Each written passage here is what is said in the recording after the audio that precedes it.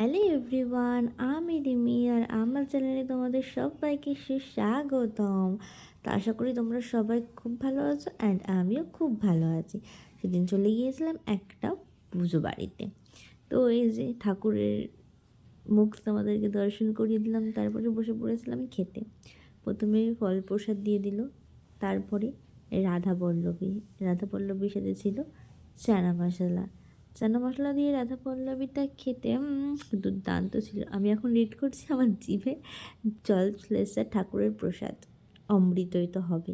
তারপরে পোলাও পড়ে গেছিলো, পোলাওয়ের পর দিয়েছিল আলুর দম। আর পোলাও আলুর দমটা তো খেতে জাস্ট চুমু ছিল।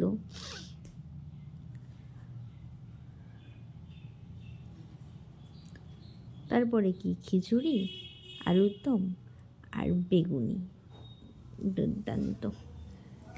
তারপরে দিয়ে দিল চাটনি, পায়েস। সেগুলো তো আমি খাই না, তাই ক্লিপও নিতে পারিনি। আর পাঁপড়ও ছিল, হ্যাঁ।